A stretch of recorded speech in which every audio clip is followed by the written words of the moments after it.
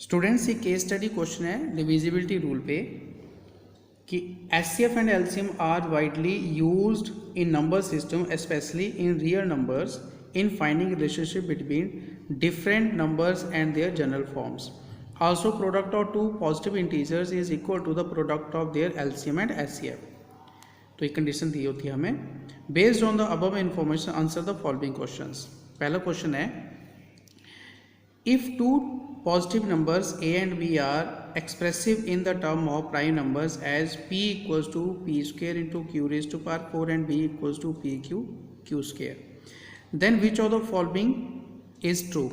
अब कंडीशन इसमें है कि HCF equals to P Q square into LCM, LCM equals to P Q square into HCF, LCM equals to p square q into HCF and HCF equals to p square q into LCM. अब यहाँ पे देखिए कि हमें पता है कि जो एलसीएम और एचसीएफ है उसमें एलसीएम और एचसीएफ को अगर कंपेयर करें तो एलसीएम ग्रेटर होता है. तो एचसीएफ नहीं हो सकता कोई नंबर और उसके एलसीएम और किसी नंबर के बराबर, क्योंकि एचसीएफ जो है वो एलसीएम से छोटा रहेगा. तो ये जो कंडीशन है ए और डी ये पॉसिबल नहीं हो सकती, क्योंकि एलसीएम ग्रेटर होता है, एचसीएफ छोटा होता है. तो हमारे पास दो कंडीशंस रह गई बी और सी. तो बी और सी को हमें चेक करना है. तो उसके लिए हम पहले दोनों का एचसीएफ और एलसीएम फाइंड करेंगे. तो हमारे पास यहाँ पे ए है p raise to power 4 p raise to power 2 q raise to power 4 और बी हमारे पास है p raise to power 3 q raise to power 2. ये हमारे पास नंबर्स हैं. तो इनका हम यहाँ पे फाइंड कर लेते हैं एचसीएफ. तो एचसीएफ होगा दोनों में जो कॉमन आएगा विद लोएस्ट पावर, तो हो गया पी स्क्र क्यू स्क्र, और जो एलसीएम आएगा वो इन दोनों में से कॉमन विद हाईएस्ट पावर, तो ये हमारे पास इसका एलसीएम आ गया. अब हम दोनों को डिवाइड करते हैं. जब हम डिवाइड करेंगे दोनों को एलसीएम और एचसीएफ को, जब आप डिवाइड करोगे तो p की पावर 1 रह जाएगी क्योंकि 3 - 2 हो जाएगा, और q की पावर 2 आएगी. ये हमारे पास है division of LCM over HCF. तो अगर एलसीएम इधर चला जाएगा तो हमारे पास बनेगा LCM equals to P Q square into HCF. तो हम इसमें चेक कर लेते हैं कौन सा वाला है P Q square into HCF. तो LCM equals to P Q square into HCF. तो ये इसकी बी ऑप्शन इसका राइट आंसर है. उसके बाद सेकंड क्वेश्चन है कि Vishal has a collection of marbles, realizes that if he makes a group of 2 और 3 मार्बल्स, अगर वो जितनी भी उसके पास मार्बल्स हैं उसमें से 2 और 3 का ग्रुप बनाता है, there will always 1 marble left, एक मार्बल रह जाएगी. Then which of the following is correct if the number of marbles is P. तो पी जो है ऑड नंबर होगा, इवन नंबर होगा, हम कैन नॉट से, और ए और बी. तो हम चेक करते हैं कि अगर ये इसमें से कौन सा पॉसिबल नहीं होगा. तो हम पहले चेक करना है ऑड और इवन को, क्योंकि जो हम पेयर बनाएंगे, जो ग्रुप बनाएंगे वो 2 का होगा. 2 एक इवन नंबर है और उसके पास एक मार्बल बचनी भी चाहिए, तो इवन नहीं हो सकता वो, क्योंकि अगर इवन होगा तो वो 2 से एग्जैक्टली डिवाइड हो जाएगा. तो इवन तो वो नहीं हो सकता. अब रह गया हमारे पास ऑड. ऑड को चेक करने के लिए हम नंबर्स ले लेते हैं. 3 से ज़्यादा नंबर लेंगे ऑड के लिए. तो हो गया 5 हमारे पास, 7 हो गया, 9 हम लेंगे क्योंकि 9 एग्जैक्टली डिविजिबल है, 11 हो गया और 13 हो गया. हम ये 4 नंबर से चेक कर लेते हैं.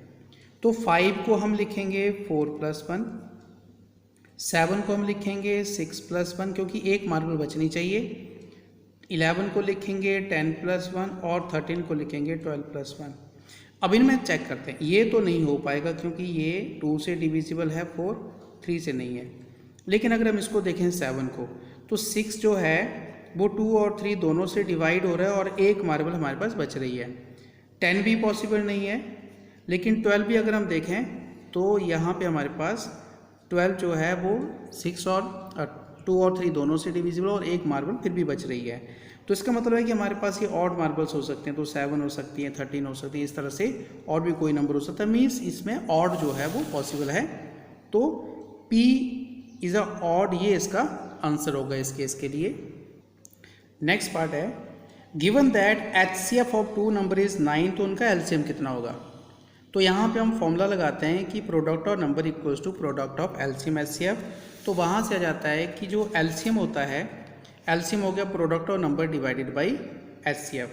9 से हम इसको काट देंगे 73 पे, तो ये हमारे पास आ जाएगा 306 इंटू 73 जो बनेगा 22,338। तो इसका जो आंसर है वो C आएगा।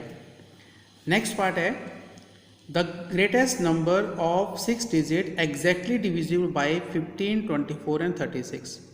तो कौन सा इनमें से ग्रेटेस्ट नंबर है जो 15, 24 और 36 से डिविजिबल हो जाएगा। उसके लिए हम सबसे पहले 15, 24 और 36 का एलसीएम फाइंड करेंगे। तो इनका जो एलसीएम आएगा वो आप देख रहे हैं यहाँ पे, हम 2 से एलसीएम का मेथड है जो एलसीएम हम फाइंड करते हैं तीनों को इकट्ठा। तो इनका जो एलसीएम आएगा वो 360 आएगा। जब आप इसको मल्टीप्लाई करोगे सबको तो एलसीएम 360 आ जाएगा। अब हम देखेंगे कि 360 से कौन सा नंबर डिविजिबल है इसमें। तो यहाँ पे हमारे पास जो 360 से 60 क्योंकि 0 है तो सिर्फ एक ही नंबर डिविजिबल होगा जो हमारे पास है C ऑप्शन। तो ये जो नंबर है 6 डिजिट का ये इससे डिवाइड होगा। नेक्स्ट लास्ट इसकी जो क्वेश्चन है वो ये है कि if n is the sum of first 13,986 prime numbers then n is always divisible by 6, 4, 8 and none of this. तो क्योंकि देखिए जो n हमारे पास है वो सम ऑफ प्राइम नंबर्स है और वो प्राइम नंबर भी हैं 13,986। मीन्स n जो आएगा वो सम ऑफ प्राइम नंबर्स है और उसमें से अगर हम देखें तो जो पहला प्राइम नंबर है वो 2 है और बाकी जो प्राइम नंबर बनेंगे 2 के बाद जितने भी प्राइम नंबर्स आते हैं वो सारे ऑड प्राइम नंबर्स होते हैं।